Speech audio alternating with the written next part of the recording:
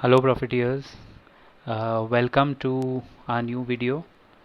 Today 30th April we'll be discussing about what are the factors that are going to impact May expiry and the market movement in May, and we'll be discussing about how do you think May is going to look like overall. So देखिए आज 30th April Friday, month end, weekend, and lot of factors are going to come between today 30th April and Monday which is 3rd May. बहुत rarely ऐसा होता है कि first trading day of the month Monday is also the first working day of the month.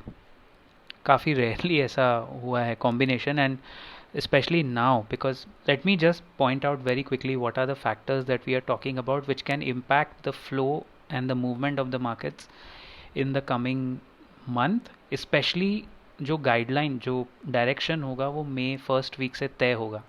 Number one, phase two, rising covid cases, tremendous impact on all pharma stocks. Pharma as a sector, as you know, उसका time आया है तो अभी वो चल रहा है, but we have to be very selective in pharma stocks because pharma के अंदर it's very easy to be carried away with stocks like Cipla और लुपिन देखिए एक ही जोन में चल रहा है पिछले सालों साल से. It's not able to give that. Why is it not able to give the breakout? Because FDA जो यूएस एफडीए है उसके approval, quick approvals and regulatory framework इतना स्ट्रॉन्ग है, रेगुलेटरी हैसल इतना ज़्यादा है दैट हर फार्मा कंपनी आपको ग्रो करती हुई नहीं दिखेगी. फार्मा इज़ नॉट लाइक कि किसी भी कंपनी पे हाथ रख दो और वो चल जाएगी. It's a very stock specific kind of play. So doctor Lal PathLabs, Divi's laboratories, हमारे बास्केट से तो यही दो आपको मिलेंगे हमेशा फार्मा में, बिकॉज इनका बिजनेस इम्पैक्ट नहीं होगा. इनफैक्ट इनका बिजनेस कोविड प्रूफ है. तो इवन पोस्ट कोविड अगर आप देखते हो कोई फार्मा कंपनी ग्रो करेगी तो I think these two will continue their growth. तो एक तो सेकेंड वेव जो इंडिया में बहुत हाई है उसका impact will play on the first trading week of May. Point number two, Reliance, biggest company on the listed space, biggest Indian company. उसके quarterly results जब भी आते हैं the whole market sits back and takes notice every 3 months. So उसका अभी numbers आया है आज. The numbers are fairly good, results are pretty good. So एक strong support आपको मिलेगा. कुछ question marks हैं उनके quarterly results में, but as I said, don't think like an accountant. ज़्यादा अपने आप को परेशान मत कीजिए.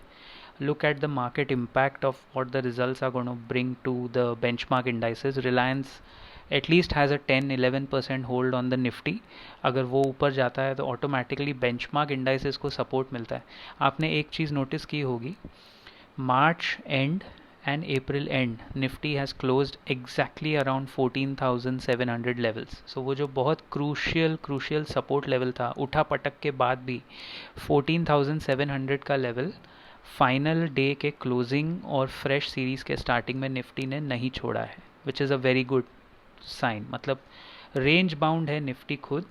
एंड जो भी डिप हो रहा है, point number three, so far whatever we have seen till 30th April in the first 4 months of 2021, in spite of all the negativity, is every dip in the benchmark markets is getting bought out. हर dip के ऊपर buying हो रही है और बहुत strong buying हो रही है.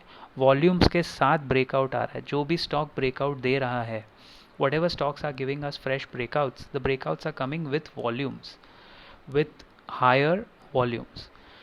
So these are positive signs. ये signs ऐसे हैं, इसका मतलब ये है कि things are moving high, market is just waiting for external factors to fade away. But there are external factors, and point number 4 will give you another external factor. As much as we don't like to discuss politics, because उसका कोई अंत ही नहीं है, we don't allow discussions even on our WhatsApp group, क्योंकि एक बंदा शुरू करेगा and if there are 257 people on the group, then उसमें 257 opinions निकलेंगे, right? तो but point is 5 Indian states का state election, assembly election results आएगा 2 मई. 2 मई इज़ अ संडे. तो उस दिन वो रिजल्ट्स आएगा. उसमें वेस्ट बंगाल का जो रिजल्ट्स है वो काफ़ी हद तक इम्पॉर्टेंट है from a political stand point. 50-50 चल रहा है, नेक टू नेक फाइट चल रहा है between the two front runners. लेकिन अभी आप बोलोगे इस पे मार्केट्स पे इम्पैक्ट इसका ज़रूर होगा, because if India has 29 states and उसमें से 5 स्टेट्स का इलेक्शन का रिजल्ट आने वाला है, सो आप सोचिए ऑलमोस्ट 16%, 15-16% असेंबली इलेक्शन का रिजल्ट है। The markets will have some impact, plus और minus we will have to look, wait and watch on Monday. तो ये फोर्थ फैक्टर है जिस पे काफ़ी हद तक लोगों की नज़र रहेगी कि व्हाट काइंड ऑफ इम्पैक्ट। इसीलिए मैं कह रहा हूँ Monday Tuesday it's a good time to sit back and watch the trend. Volatility expect कीजिए कि बहुत होगी, लेकिन मंडे ट्यूसडे के बाद, स्पेशली मंडे जिस तरह का दिन जाता है, उसके बाद एक ट्रेंड सेट हो जाएगा।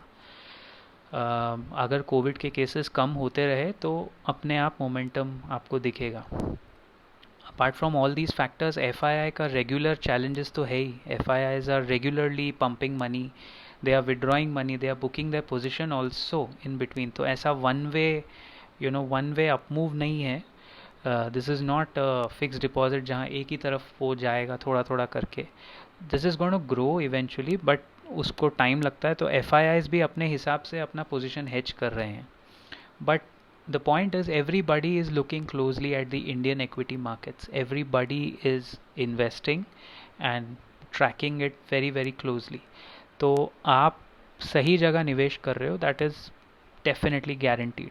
तो ये कुछ 5-6 फैक्टर्स ऐसे हैं जिस पे we have to keep a track, and उस पर नज़र रहेगी बेंचमार्क मार्केट्स की भी एंड ओवरऑल इन्वेस्टर्स की भी।